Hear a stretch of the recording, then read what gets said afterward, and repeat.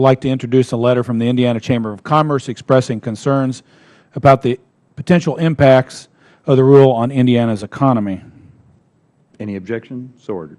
This is a letter to me, and I'll just read the last paragraph from the Indiana Chamber of Commerce. We ask that you stop EPA from finalizing this proposed rule that would create a significant amount of uncertainty and would impact the Hoosier business community in a detrimental way.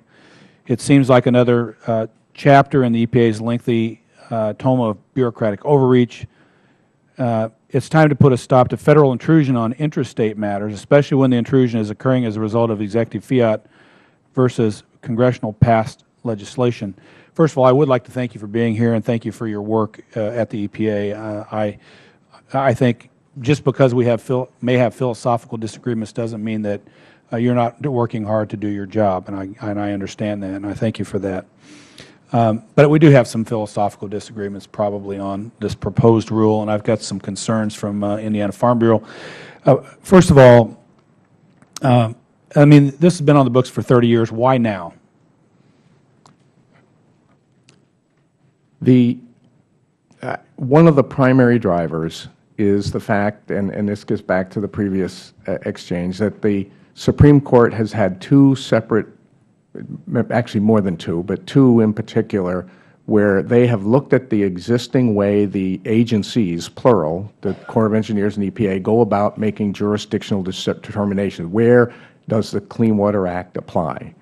And again, where the Clean Water Act applies will only affect anybody if they're going to discharge pollution, and it doesn't affect agriculture. So I want to be clear on that. But we have to change the way we go about doing that to comply with. And that's, and here's where I think, I agree with the mutual respect thing. I think we are trying to comply with what the Supreme Court has suggested is the way to go about doing it, and I think it's totally appropriate that there may be a different point of view on that. So I'm not. Okay, I'm with you on that. I'll take you at your word on that. That's what we're trying to do. As far as exemptions go, who has the ability to eliminate exemptions once, say for example, my main concern is jurisdictional here on this issue. States, local communities versus the Federal Government and the potentially expanded jurisdiction of the Federal EPA over the States and the local communities.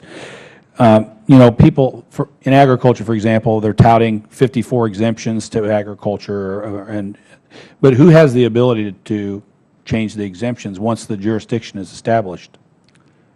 Yeah. Well, the exemptions are they are outlined generally in the Clean Water Act itself, and what we're trying to do is define them a little bit more clearly, working with the U.S. Department of Agriculture, particularly the exemptions that refer to conservation practices that take place on agricultural land. So that would we feel they're already exempt. But the need to clarify specifically which kinds of practices are exempt are what we're trying to do. We've heard from farmers that we're getting too specific, and what if they did it in a slightly different way?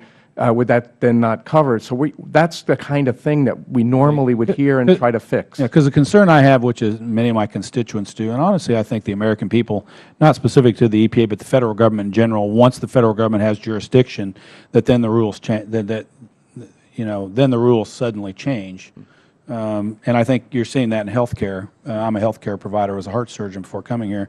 Once jurisdiction has been established at the Federal level, backing that away is, first of all, nearly impossible, and secondly, the concern is that the rules will change, including exemptions for agriculture or anything else. And so that's my concern. I do have a couple specific questions about farming, and I appreciate your response.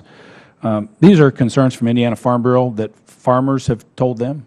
And, for example, ditches. If a farmer has a ditch that runs alongside and between farm fields and those ditches carry rainwater that eventually flows to a stream or a river, how can the farmer determine whether those ditches are excavated only in uplands and drain only uplands?